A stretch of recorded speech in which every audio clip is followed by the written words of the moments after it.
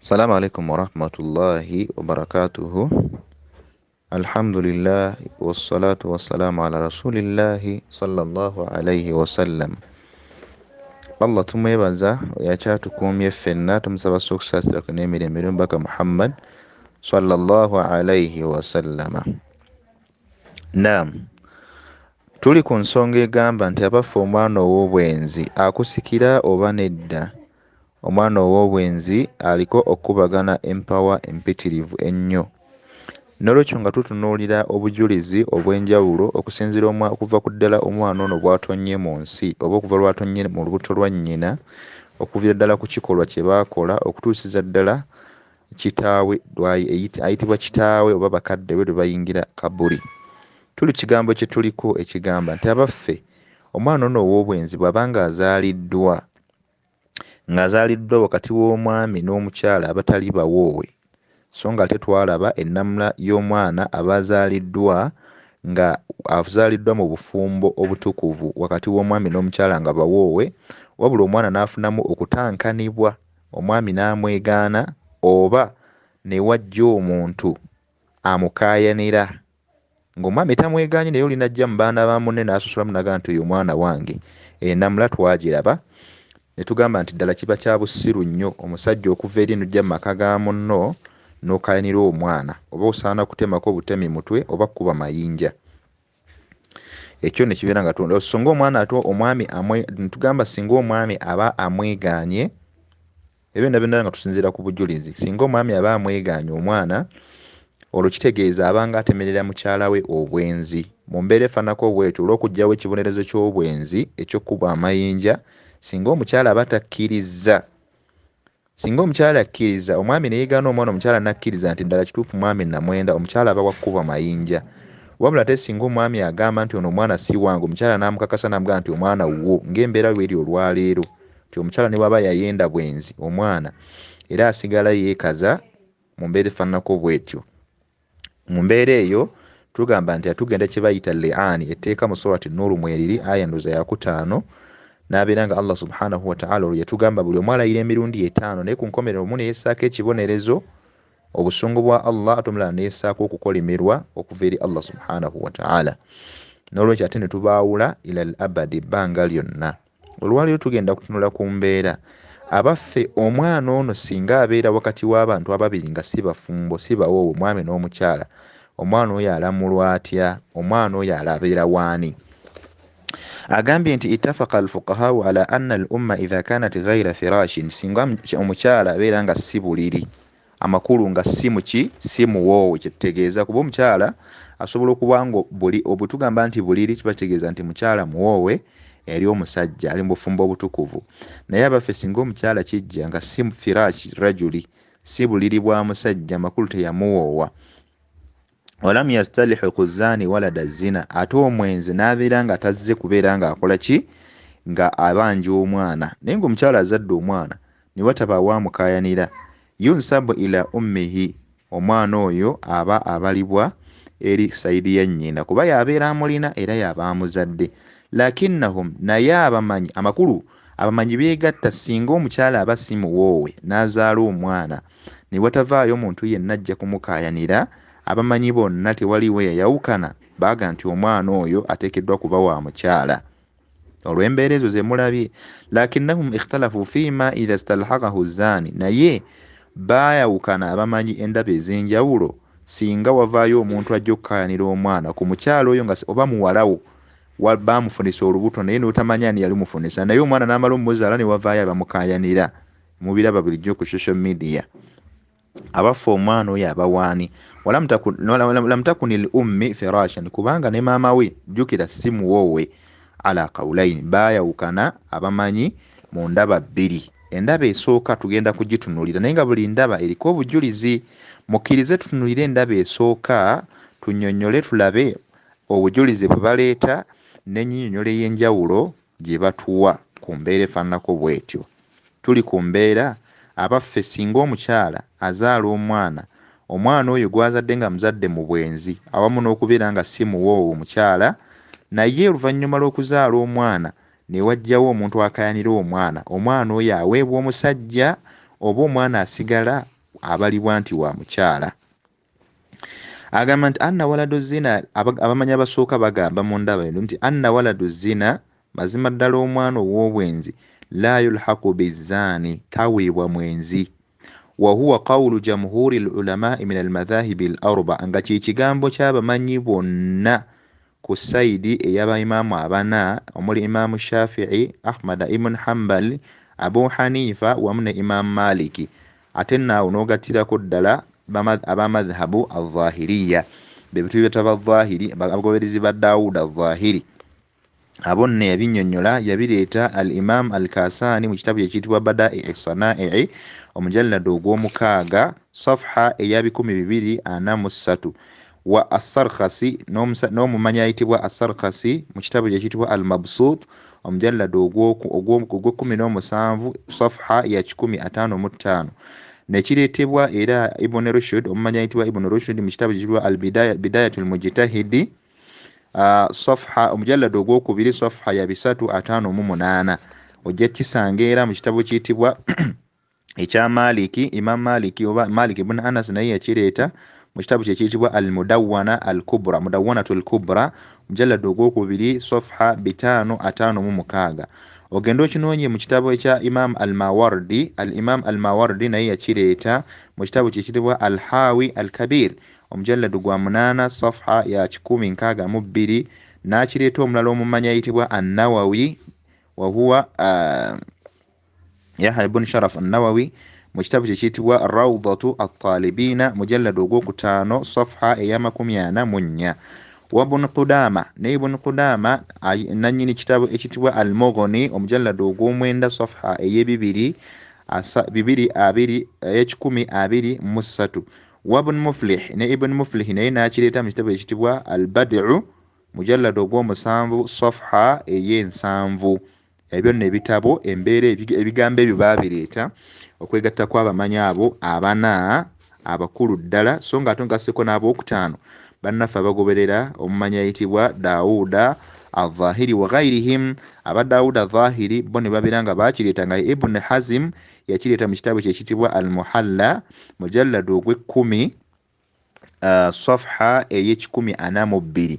naye bw'atyo n'aleeta okwegatta kw'abamanyi ab'enjawulo ku nsonga eyo nti omwana ow'obwenzi mu mukyala gwe bazadde nga si muwoowe, omwana oyo aba wa mukyala, era n'okwegatta kw'abamanyi bwe batyo bagamba nti la yulhaqu bizaani, n'omwana ow'obwenzi oyo taweebwa mwenzi newankubadde ng'avuddeyo n'abeera ng'akola ki, nga amulwanira oba nga amuyombera oba nga ayagala kuba nga akakasa nti omwana we. Tugambye ekyo kigambo ky'abamanyi bonna bwe batyo beegatta. Qaala ar-Ramli, ayogera omumanyi ayitibwa ar-Ramli bamuyita mu kitabu kye yakyogera kiyitibwa Nihayatul Muhtaji omujallado ogwokutaano safha ey'18. ayogera n'agamba nti wayamtani'u istilhaqi waladu zina mutlaqan, ye agamba mu kitabu kyekyo n'agamba nti omwana ow'obwenzi tewali wadde omukwesese wonna wadde kiyinza kutukakasa nti omwana oyo ateekwa okuba nga aweebwa omuntu omwenzi yenna newankubadde ng'avuddeyo n'amukaayanira.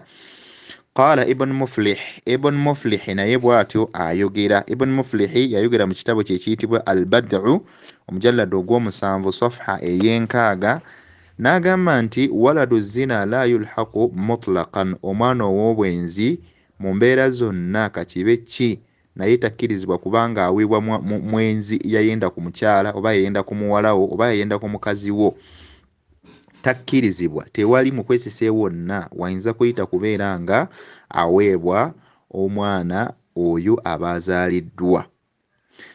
Adillatul qaa'iliina au adillatul qawl al-awwal, abaffe obujulizi bwe baleeta abaffe ab'ekigambo oba ab'endaba esooka, bujulizi ki kwe beesigamako? Bwambye endaba ziri bbiri, naye ng'endaba gye tusoose nayo y'endaba y'abo abaga nti omwana takkirizibwa, tewali wadde omukwesese wonna. Oli ne bw'avaayo ng'abavaayo ku TV ge tuyita agasajja agabuyabuya ne gavaayo okutulaga nti mwana wattu gogenzi nnyo era gatabaala ne mu maka g'abantu, gayinda ne ku baana b'abantu, gakwata n'abakyala mu makubo, na buli muze gwonna omubi gagukola. N'olaba abantu baba tebatya, n'avaayo ne mu midiya okulaga nti wa mize. Naam. So obujulizi tubufuna obukakasa nti omwana oyo takkirizibwa kuweebwa mwenzi ne bwavaayo n'amuyombera ne bwavaayo n'amulwanira. Ebisookera ddala anna nabiyya sallallahu alaihi wasallama lam yaj'al waladan lighairi alfirashi kama lam yaj'al al-ahir siwa al-hajar. Nabbi sallallahu alaihi wasallama tawangako mwana yenna kumuwa eri muntu mulala yenna atali musajja mufumbo nannyini bufumbo obutukuvu n'amuwa omwana oyo ng'era bw'atawanga oyo omwenzi yenna okuggyako nga yamuwa kuba nti akubwa mayinja. Wa ilhaqi waladu zina bizani ilhaqu lilwaladi bighairi alfirashi. Omwana okuddira omwana ono okubanga tumuwa omuntu omwenzi yenna yayenda ku muwala oba ku mukyalawo oba ku mwannyoko ne mubeera nga mumuwa omwana oyo ow'obwenzi kibeera kuddira mwana kumuwa eri atalina bufumbo butukuvu. Wa mukhalafatu lihirmani al-ahiri. Ate era kibeera nti tuba twawukanye ku mbeera y'okugaana obwenzi. Tubeera twawukanye amakulu tubanga abawagira obwenzi.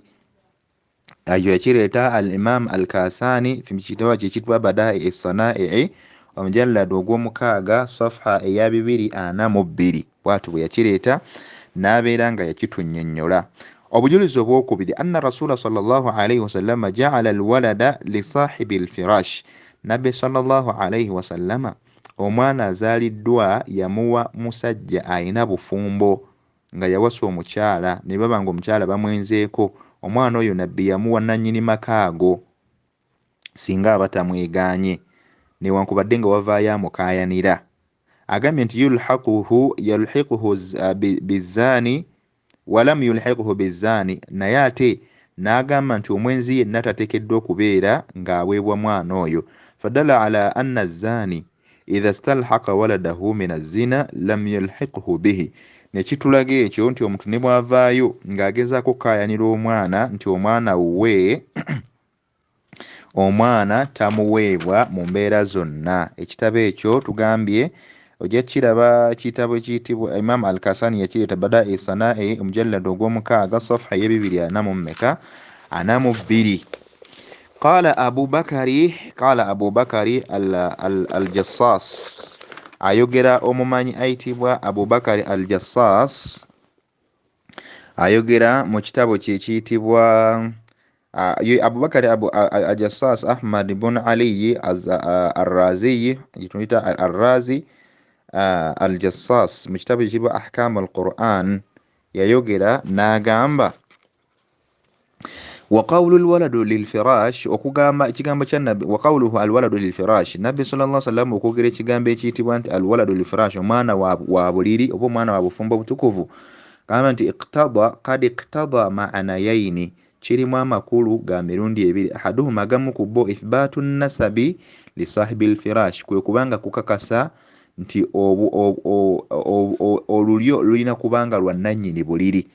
Amakulu akajegere chaini y'olulyo ya family erina kuba ya musajja yawasa mukyala mu mateeka matuufu. Wathani n'ekigambo ekyokubiri oba amakulu ag'okubiri mu ekyo anna man la firasha lahu fala nasaba lahu, omuntu yenna atayina bufumbo butukuvu nga yawasa mukyala mu mateeka amatuufu takkirizibwa kubanga aweebwa mwana era tayina lulyo, tayina family. Liannahu qawluhu, olw'ensonga nti ekigambo kye Nabbi sallallahu alaihi wasallama alwalad kyeyayogera naga nti alwalad ismu lil jinsi, kitukakasa bukakasa nti ayina kyategeeza, linnya kkulu nnyo eritegeeza ekintu ekyobuvunaanyizibwa. Wakadhalika qawluhu alfirash, n'ekigambo kyeyayogera nti alfirash, byonna bwe tugenda mu lluga olwo mwe tuli waliwo kye bayita anwa'ul ma'arifi. Anwa'ul ma'arif mulimu al-mu'arrafu bi al, mulimu erinnya okubanga lizze nga liriko alfu ne lam. Amakulu erinnya liba lyawule, liba lyawuddwa mu malala, ekitegeeza nti nabbi ensonga eyo yali nkulu. Naye bw'ogamba nti firash kitegeeza kibeera jeno, oba bw'ogamba nti waladu kiba jeno, naye yayawula naga nti omwana omwawule, kitegeeza bw'abanga alese alif ne lam. Ne alfirash era nekiba nekyawukana, alfirash kibeera kyawula olw'ensonga kiriko alif ne lam, ismu lil jins, linnya lyawule mu malala. Lidukhuli lam ali wa lam alayhi, olw'okuba nti lam al eyingiddeko. Falam yabqa waladu illa huwa waladu murad, almuradu bihadha alkhabar. N'olwekyo ne kibeera nga kyawuddwa mu baana bonna n'obuliri oba n'obufumbo ne buba nga bwawuddwa, si buli mukyala yenna gwe bagendako nti omwana abeera wa mwenzi oba mwana waaki, wabula omwana omwawule eyayogerwako ye mwana aba ayogeddwako ng'omwana bw'ali mu bufumbo oba omwami n'omukyala abali mu bufumbo obutukuvu. Kaannahu qaala la walada illa lilfiraashi, n'amakulu omwo agaggyibwamu kwe kubanga nabbi agamba nti teriyo omwana yenna ayinza kuba wa muntu mulala okuggyako ow'omwana kujjako omwami n'omukyala abali mu bufumbo obutukuvu. Lowooza ekyo kitegeerekese. Ebyo nno abyogedde mu kitabo gye kitibwa Ahkaamul Qur'aani. Thaniyan, obujulizi obwokubiri agambye nti an Abdillahi bun Umara bun Amr bun Abbas, hadithi ng'ejja kuggyibwa ku Abdullahi mutabani wa Amru mutabani wa Asi radiyallahu anhuma, Allah aseme ku bombiriri, annahu lamma futihat Makka, nti mazima ddala Makka bwe yaggulwawo. Tukimanyimanyi nti Makka yaggulwawo kuba nabbi yali asenguse n'agenda Madina naye oluvannyuma yakomawo e Makka n'agiggulawo n'efuuka kifo mu bifo by'Abasiraamu ebitukuvu. Ala ahli rasulillahi sallallahu alayhi wasallama, ku mulembe gwa nabbi sallallahu alayhi wasallama, qaama rajulun, omusajja yayimirira oluvannyuma lw'okuggulawo Makka, faqaala, n'agamba, inna fulana, mazima ddala gundi oyo, ibni, mwana wange, amakulu yamwatuukiriza, ahartu bi ummihi, nayenda ku nnyina. Wulira ekigambo afdal, wulira ekigambo sahaba kye yayogera e Makka fil jahiliya, naye yagamba nti nayenda ku nnyina nga tukyali mu kiseera eky'obutamanya, period of ignorance. Faqala rasulullahi sallallahu alaihi wasallam, nabbi n'amuddamu n'amugamba, la da'awata fil islami, tewaliiwo kwekwasa kwonna, tewaliiwo kukaanira kintu kyonna mu busiraamu. Dhahaba amrul jahiliya, ensonga ezaaliwo mu kiseera eky'obutamanya zaggwawo dda, tezikyalamula kati. Alwaladu lilfirash, omwana ateekeddwa okuba w'oyo alina obufumbo obutukuvu. Walilahiri al athlabu, qaalu wama al athlabu, n'agamba nti n'oyo omwenzi al athlabu afuna kye bayita athlabu. Basahaba ne bamubuuza wama al athlabu, ne bamubuuza nti ya rasulallah, athlabu otegeeza ki? Qaala al hajar, kyategeeza nti mayinja. Hadithi yajja mu kitabu kya Abu Dawuda Sunan Abi Dawuda kitaabu talaq, mu kitabu kyogera ku kutala kw'omukyala, baabu waladu lilfirash, mu mulyango gwogera ku mwana omwana nti atalina kuba wa buliri. Harakamul hadith, hadithi ya 2274 mu safha ey'ebikumi 283. Qala anhu al-Albani, Albani yakyogerako, manya yitibwa Albani Nasruddin al-Albani rahmatullahi alayhi, yagamba nti hadithu hasanun sahih, hadithi ntuufu. Sunan Abi Dawuda ma ahkami Albani, ojja gisanga mu Sunan Abi Dawuda naye ng'eriko ennamla za Albani, Nasruddin al-Albani, safha ya 397. Wa wajhu al-istidlali, n'ekigendererwa ky'okuleeta hadithi, anna nabiyya sallallahu alayhi wa sallama ankara istilhaq waladi zina wa'addahu min umuri al-jahiliya, yagamba nti omwana nabbi yatamwa era n'agaana okubanga omwana ow'obwenzi aweebwa oyo ayenze ku mukyala, era n'akitwala nti kyali mu nsonga nga obusiraamu tebunnajja, mu period of ignorance, mu kiseera eky'obutamanya. Walam yastafsir an hali lwaladi, naye teyannyonnyola nnyo ku mbeera ya mwana. Hal huwa ala firashi ummi la amla, teyagamba nti abaffe oyo omwana abeera ala firashi ummi amla, ti omwana abeera ku buliri bwa mukyala oba nedda. Amakulu omwana aba bwa mukyala oba nedda. Thalithan, obujulizi obwokusatu, an Ibn Abbas radiyallahu anhuma, hadithi yajibwa ku Ibn Abbas, Allah aseme ku ye, anna nabiyya sallallahu alayhi wa sallama qala, nti omubaka Muhammad sallallahu alayhi wa sallama yagamba, la sa'ata fil islami man sa'a au min sa'i al-jahiliya, nti tewaliiwo muntu yenna. Sa'i kitegeeza okuba nti nga bwe twabannyonnyola ku mulundi guli nti mu kiseera ekyaliwo eky'abaddu abakyala, omusajja we yayinanga abaddu abakyala abaali nga abalungi ab'enjawulo, oli Abawarabu eyeegomba nga omuddu wa gundi yagendanga n'amuzaalamu ng'ayagala afune ku magoba. Nabagambye nti abaddu baatwalibwa ng'omuntu alunda embuzi. Olintu bw'ayagala olulyo lw'embuzi eri n'ajja n'aleeta embuzi ye nejja n'erinnyira ziri oba nejja n'ajja afune ku byana biri. So kati ne mbawana bwekityo bwe kyali. Omuntu yayinanga abaddu abakyala, oli yajjanga n'ayenda ku baddu be n'amuwa omusolo, n'akwata ssente oba n'akwata ekiwabwayo n'akimuwa. Omwana oguzaaliddwa n'abeera ng'asobola okugutwala bwe yayagalanga oba n'agumulekera. Ekyo bwe kyali kibayita laasa. Nabbi kyayogera wano mu hadithi n'agamba nti era naye Allah taasa obuddu bwali bubi nnyo nga bwe kyali. La musaatun. Nabbi yagamba nti ebyo nno tebikyaliwo ebyokwenda ku baddu nga bwe byalinga, nti omuntu ajja n'ayenda ku weeri oba n'ayenda ku mukyala. Fil islaami, mu busiraamu tebiriyo ebyo. Man saa fil jahiliya, ng'abantu min saa'iyi fil jahiliya, nga bwe byakolebwanga mu kiseera ekyobutamanya. Faqad lahiqa bi'asabatihi, omwana bwe yakolanga ebyo oba mu kiseera ekyo ekya period of ignorance, omwana yazaalibwanga mu mbeera efaananako bw'etyo, baalinga bamutwala, baalinga bamuwa eri famire y'omusajja yajjanga n'ayenda ku muddu. Waman idda'a waladan min ghayri rashida fala yarithu wala yurathu. Omuntu yenna avaayo n'akaanira omwana min ghayri rushdatin, nga si wa bufumbo butukuvu, si mwana wa mateeka amatuufu ag'obusiraamu, fala yarithu wala yurathu, omwana oyo tamusikira era subhana maliki dayyan, omwana oyo tamusikira wala yurathu, era naye takkirizibwa kubanga asikira mwana oyo. Hadithi yiyeze mugiwulidde.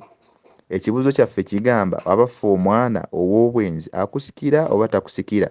Obujulizi obusooka bwebo ojja kubusanga nno mugundi mu kitabo kyennyini kye twogedde mu Sunan Abi Daawuda kitaabu talaq baabu alwaladu lilfirashi, mu mulyango ogwogera ku mwana nti alina kuba wa buliri. Wa wajhu al-istidlal min al-hadith, ekigendererwa ky'okuleeta hadith eyo, anna nabiyya sallallahu alayhi wa sallama algha al-musaa'atu fi al-islam, nabbi yajjawo embeera y'obutambuzi obwakolebwanga mu jahiliya mu busiraamu n'abugamba ebyo tebirina kubeera mu busiraamu, amateeka weegali agagobererwa. Wa musaa'atu, kye bayita musaa'atu azina bwenzi. Waqiila, kigambibwa nti ja'ala fil ima'i duna al-hara'il, annahum nti abasajja bagendanga ku bakyala abaki abaddu, so si abali hurra abaali balinanga rights zaabwe zonna, bagendanga ne benda ku baddu. Agambe nti yus'ina liwalihinna, bagendanga eri bannannyini baddu abo ne babeera nga babendako. Fayaksibna lahunna bidaraib, ne babeera nga bakola emisolo ne bagizza eri bakama baabwe.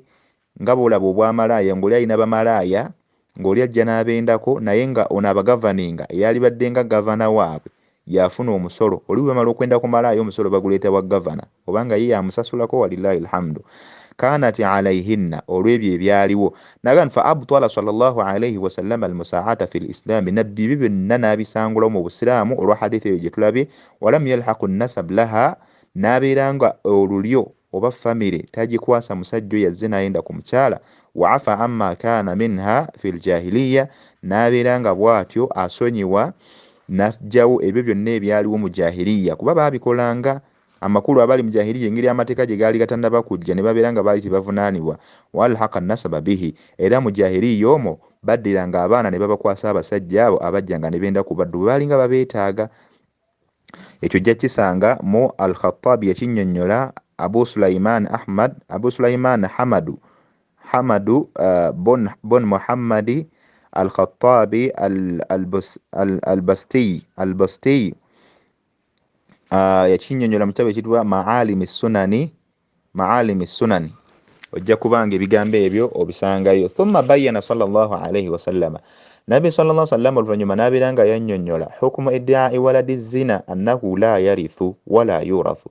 Omuntu yenna ajja n'akaayanira omwana ow'obwenzi ng'agamba nti omwana oyo wuwe, munnange omwana oyo takkirizibwa kubanga omutwala taba wuwe, ate takusikira naawe tomusikira ekitegeeza mmwe abavaayo kanira abaana mu famire z'abantu mulekeraawo mubeemu ku mpisa wala yarithu min lawazimi nasabi wadde okubeera nti omwana oyo asikira eri oyo man lawazama nasabi oyo yenna avaayo kuba nti akakasa nti oyo mwana wuwe fayadullu ala annahu la yulhaqu bilmuddai ekyo nekitulaga nti omuntu yenna omwana oyo ajja n'amukayanira takkirizibwa kubanga amuweebwa walam yufassilu rasul sallallahu alaihi wasallama fi kauni firashan au adamihi bal huwa amun nabbi n'atannyonnyola teyannyonnyola omukyala eitha wa bwenzi oba mukyala wa halaali wabula yagamba bugambi alwaladu lifirash ate nga tukimanyi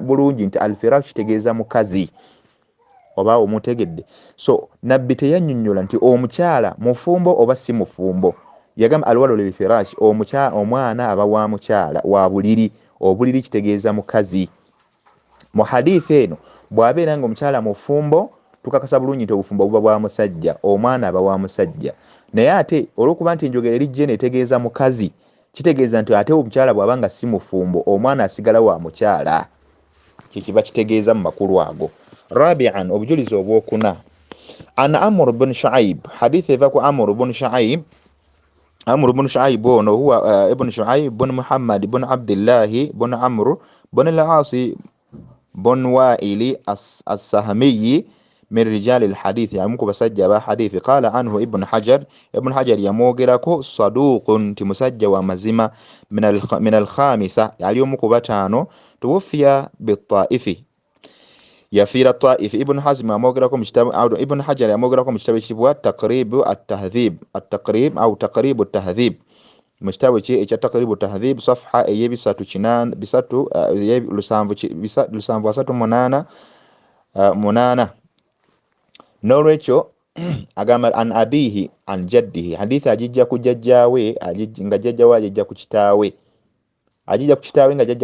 أجيجا كججاوي قال يا جامبا أن النبي صلى الله عليه وسلم قضى أن كل مستلحق يستلحق بعد أبيه yagamba nti buli muntu yenna yayogera Nabi sallallahu alaihi wasallam n'agamba nti kullu mustalhaqu buli yenna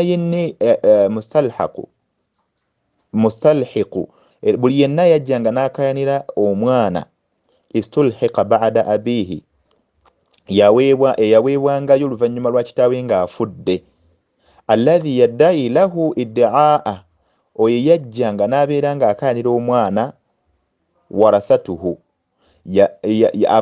abantu be bwe bajjanga kitegere nti omuntu bwe yajjanga n'akayanira omwana oluvannyuma Allah n'agera omusajja oyo yakayanira omwana n'afa abantu be bajjanga nga babanja omwana oyo muntegedde bulungi faqada anna kulla man kana min ama nabbi n'alamula nti oyo yenna eyazaalanga omwana nga muzadde mu muddu yamlikuha ng'omuddu oyo muddu we yawma asabaha olunaku lwe yamwebagala amakulu n'amwendako faqad lahiqa biman istalhaqahu bwe yajjanga n'akayanira omwana oyo yalinga wuwe baamumuwanga walaysa lahu mimma qusima qablahu naye omwana oyo bwe yatwalibwanga okuweebwayo mu famire eyo ow'omusajja oyo yamukayanira naye ng'omusajja oyo yafa amakulu a famire ne bajja ne bamukayanira baba muwanga naye nga nannyini ye yafa dda naye bwe yasanganga nga emaali yagabwa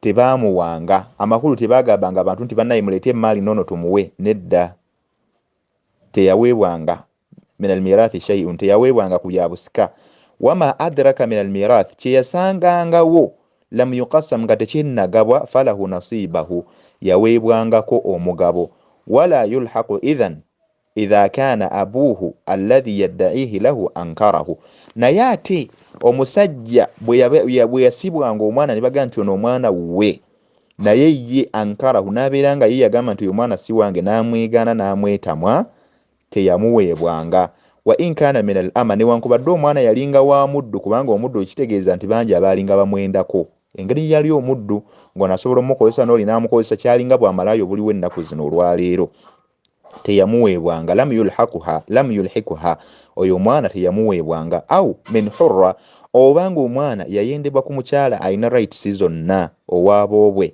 ahara biha fa innahu nga yayendebwako omusajja yenna fa innahu la yulhaqu bihi wala yarithuhu oyo omwana teyamuweebwanga omusajja oyo newankubadde yajjanga n'amukayanira oba n'amwegaana era teyamuweebwanga wa in kana alladhi yadda'i lahu huwa iddi'ahu fa huwa waladu zaniyatin newankubadde wajjangayo omuntu yajjanga n'akaayana omwana ayakaanira omwana ng'amukaanira ku mukyalo oyo yali alina rights zonna oba owaabobwe oyo omwana teyamuweebwanga bal waladu lizaniya yali mwana wa bwenzi omwana ow'omukyalo omwenzi min hurratin oyo yali ayangwa min hurratin kana au ama either yali muddu obanga mukyala alina rights zonna era omwana yasigalanga abalibwa ku saidi ya mukyala wa fi riwayati ne mu njogera endala huwa waladu zina yali mwana nga wa bwenzi li ahli ummihi yali mwana wa abantu ba saidi ya mukyala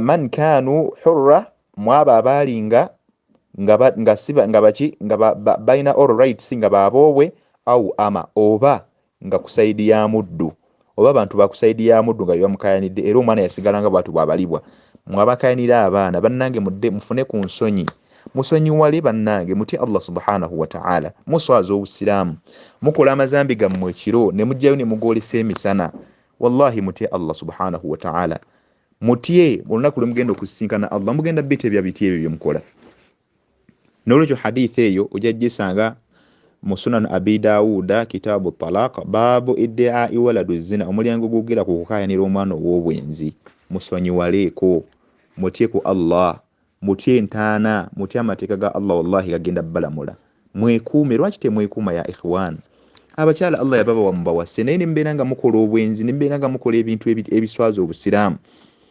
khamisan obujulizi obwokutaano an Amr ibn Shu'aib hadithi ngeva ku Amr ibn Shu'aib an abihi ngajijja ku kitaawe an jaddihi ngale kitaawe ajijja ku jajjaawe anna Rasulullah sallallahu alayhi wasallam qala tumbaka Muhammad sallallahu alayhi wasallam yogera n'agamba aina ma rajulun ahara bimar'atin omusajja bihurratin au ama omusajja yenna agay aina ma rajulun ahara bihurratin au ama omusajja yenna vaayo n'abanga ayenze ku mukyala omukyala alina rights zonna owaabobwe oba omukyala omuddu falwaladu waladu zina omwana asigala wa bwenzi oyenze ku muddu oba oyenze ku mukyala ki atali waki alina rights zonna oba owaabobwe la yarithu wala yurathu omwana oyo tasikirwa omusajja tasobola kumusikira wadde omwana okubanga asikira omusajja oyo hadith ojja gisanga mu Sunan Tirmidhi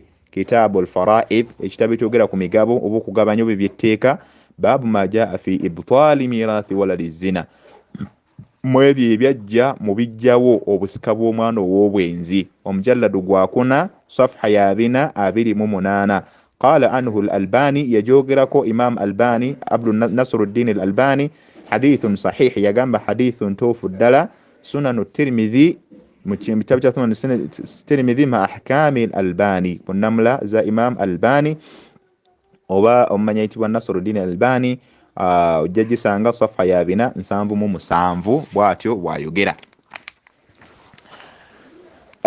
hadithu sarih hadithi ebadde ntuufu nnyo era nga eraga neeyolefu fi anna zani idha stalhaqa waladu zina min hurratin au ama omwenzi yenna ekisajja ekyenzi kyonna bwe kijja nga kikayanira omwana gwe kyenze ku mukyala gwe kyenzeeko si nsonga mukyala ali hurra waabobwe oba omukyala omuddu ng'abaddu nga bakyali mu kiseera ekyo fa innahu la yulhaqu bihi mu mbeera zonna omukyala yenna gw'oba oyenzeeko ekiseera kino oba atya tukkirizibwa okubanga oweebwa mwana oyo fa innahu la yulhaqu bihi omwana oyo takkirizibwa okubanga akuweebwa wala yarithuhu era omwana oyo si musikaawo wadde gwe okubeera omusikaawe wa innama yunsabu li ummihi omwana oyo aba wa nnyina aba wa mukazi oyo ekitabo ekyo yakyogera Ibn Qayyim Zadul Ma'adi mujallad oguyitibwa mu kitabo kye kiyitibwa Zadul Ma'ad mujallad ogwokutaano safha ya 428.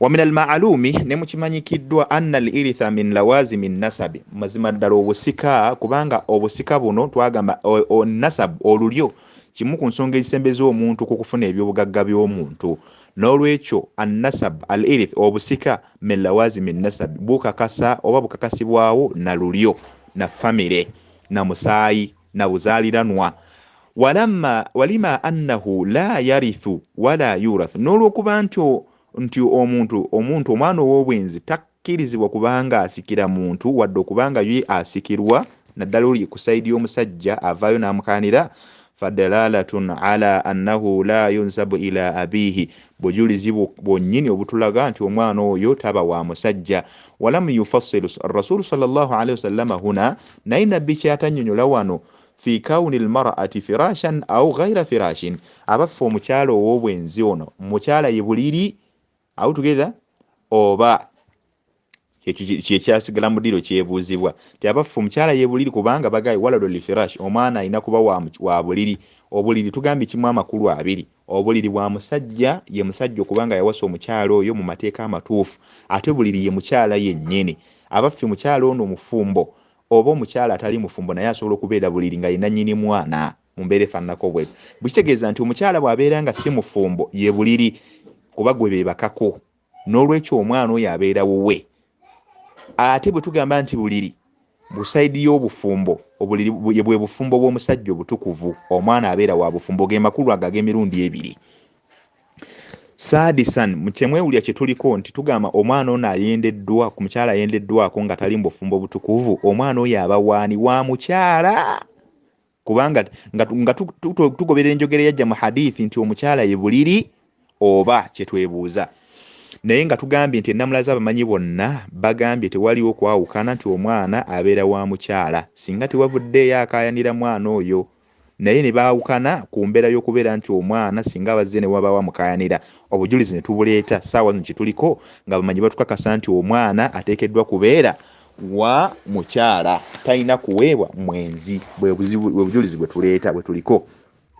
Sadisan ekyomukaaga annasabu ni'ma abaffe mukimanye nti kibayita olulyo kyengera kubanga wali abantu abatalina gye bava omuntu ng'ali awo naye ng'anoonya bafamire aga bannange famire yange nsimanyi wa gye mbalwa talina gy'abalwa wa ni'matu nasabi innama takunu min jihati taa mazima ddala olulyo luno lujjawo oba famire ejjawo nga eyitibwa kugondera Allah ku mateeka amatuufu agogondera omutonzi la min jihati almasiya so si mu mbeera y'okujeemera omutonzi fala tanaalu bizina fala tunaalu bizina omuntu tasobola kubeera ng'afuna lulyo oba nasabu bwa lulyo ng'ate ayitidde ku sayidi ya bwenzi. Ash-Shafi'i yakinnyonnyola Ash-Shafi'i Imaamu Shafi'i rahmatullahi alayhi ahkaam al-Qur'an mu kitabo ekiyitibwa ahkaam al-Qur'ani ejjuzo ey'okubiri oba mujallada ogwokubiri safha ey'ekikumi 89 paka ku y'ekikumi 90.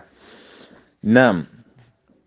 Sabi'an obujulizi obw'omusanvu enna ithbata nasabi mazima ddala okunyweza olulyo lw'omuntu oba okukakasa olulyo lw'omuntu famire y'omuntu bizina nga tuyitidde ku sayidi y'obwenzi fihi tasihilu li amri zina mulimu okwanguyiza abantu okuyitira ku kkubo eryo okugenda okwenda ku bakyala b'abantu n'abaana b'abantu n'okusaasaanya obwononefu mu society wa ishaa'ati alfahisha n'okusaasaanya obwononefu obuwemu baina almu'minina wakati w'abakkiriza.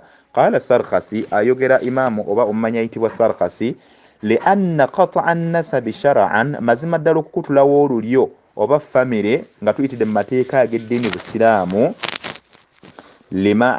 limaana zajiri ani zina nsonga ekakasa egoba eyekesa eyesambya eyeewaza omuntu okukola obwenzi fa innahu idha alima anna ma'ahu yadhi'u bizina kubanga omuntu bw'akikakasa omusajja bw'akenkya n'amanya nti amazzi ge gano amakyafu ge yasaasaanya mu mbeera enkyafu ey'obuwemu gagenda amakulu tegamulamulwako kubeera nti aweebwa mwana olw'embeera ey'obwenzi yataharraz omuntu asobola okwekuuma an fi'ili zina okuba nti tayenda newankubadde nga abantu olwaleero obwenzi babufuula sunna era basigala kyekimu basigala batambuza butambuza bwerere bwabwe kubanga bagenda babuteeka buli wamu. Thaminan obujulizi ekyo nno kyayogerwa kyetwogeddaawo nga Imaamu Sarkasi yakiyita mu kitabo ekiyitibwa Al-Mabsuutu omujalladu ogwokuna safha ya 207 juzu eye17 oba ekitabo n'ejuzu eye17 naye era yakyogerako mu safha eye154 era yakireeta alqawlu n'olwekyo thaminan ekyo obujulizi obw'omunaana bwe tuleeta annahu yalzam nti mazima kikakasibwa ala alqawli biisilhaqi waladi zina nti omusajja asobola okutwala omwana ow'obwenzi anna shakhsa idha i'tarafa nti omusajja bw'avaayo ne yeekakasa n'agamba ddala mu butuufu nayenda ku mukyalo oyo n'omukyala naye n'akakasa bizinaha ne yeekakasiza ddala omusajja naye omukyala ne beekakasa nti ddala baayenda ne bazaala omwayo ma amra'atin ne beekakasa nti ddala twayenze ate ejjukire ekiba kiddiri ekyo muba mukimanyi kuba kukubibwa mayinja nga bano abajja mu social media ate kitamwa nnyo omusiraamu okujjayo okuvaayo n'abeera ng'akola ekikolwa ekifaananako bwe kityo kuba aswaza obusiraamu ate ekyokubiri ateekeddwa kuba mayinja kubanga hatha i'tiraf tewaliwo bujulizi bwonna bogobwa nga bujulizi muntu bujulizi bwonna butwalibwa nti bwakitiibwa nga muntu kuvaayo ne yeekakasaako ekintu ekifaananako bwe kityo nti nayenda ku mukyala gundi n'omukyala naye n'avaayo ne yeekakasaako bateekeddwa kuttibwa buttibwa ne babeera nga bavaawo mu nsi. N'olwekyo singa bavaayo bombi ne bakakasa ekyo ne baga nti twazaala omwana mu bwenzi era omwana waffe babeera bombiri beekakaseeko amakulu bo tebasaana kubeera balamu bateekeddwa kuvaawo mu nsi omwami n'omukyala battibwa ne bavaawo omwana ye n'asigalawo waladan anna hatha alwaladu yulhaqu bizani olwo omwana tumubala nti wa bwenzi wa musajja oyo mwenzi kubanga beekakasizzaako maa iqiyamu lhaddi alayhima ng'ate tuyimirizaawo ne haddi ku bombiriri naye kyenkakasa nti tebasobola mmwe abenzi ababiri omwami n'omukyala temusobola kuvaayo kukakasa nti oyo omwana wammwe kubanga ekiba kiddirira muba mukimanyi muba mulina kuba mayinja oba kutemwako mitwe muveewo kubanga obwononefu mubusaasaanya mu society walau lam yastalhaqahu newankubadde ng'omwana oyo aba tamuweereddwa wa hatha lam yaqul bihi ahadan ekyo nno tewaliwo yakyogera mu bamanyi nti omwana omusajja asobola okuvaayo n'amwekakasaako naga nti omwana wange ne tukakasa nti omwana wo naye nga tetumukuwadde teriyo mumanyi yakyogera wali anna walada zina mazima ddala omwana ow'obwenzi law luhiqa biiddiai singa agwebwayo ng'oluvannyuma lw'okukaayanirwa n'aweebwa omusajja oyo amukaayanira azaani omwenzi ebaahu lihaqqi bihi ebaahu lahiqu bihi kiba kikakasiddwa nti oyo omwana aba asobola okuweebwayo eri yenna abaakoze ki idha aqarra bizina eri yenna abaavuddeyo n'agaa nti nze nayenda ku mukyala gundi oyo mwana wange kiba kitegeeza tutemye ekkubo erikakasa abasajja bonna abenda ku bakyala nti basobola okuba nga batwala abaana abo wadde omukyala abeera ali mu bufumbo obutuufu. Ebyo nno ebigambo byayogerwa mu kitabo ky'ekisanga ekiyitibwa Imam al-Mawardi yabireeta mu kitabo ekiyitibwa Al-Hawi al-Kabir omujalladu ogw'omunana safha eya 112. Ebigambo ebyo bwe bityo nga bwe tulabye ku bujulizi obwo bannange musonyiwaleeko abakola ebintu ebifaanana bwe bityo bw'oba okakasanga wayenda ku mukyala w'omuntu lema kutabula makaage kubanga gwerinda bulinzi bibonerezo byo eri Allah subhanahu wa ta'ala wabula kyenkusibirira kiri kimu ntigezaako okulaba ng'okola tawuba kubanga mu maaso ga Allah subhanahu wa ta'ala zambi eddene nnyo lyewakola ate ogenda kwongerako ezambi eddala ery'okutabula abafumbo ababiri n'okubeera nti ate okyankalanya famire y'omuntu. Ebyo nno bye tusomye olwaleero tusomye ekigambo ekisooka ekyabamanyi nga bagamba nti omwana oyo takkirizibwa kuweebwayo era taweebwa musajja mwenzi oyo n'obujulizi obwo bwe tulabye bwe batuleetedde. Wassalaamu alaikum wa rahmatullahi ta'ala wa barakatuhu.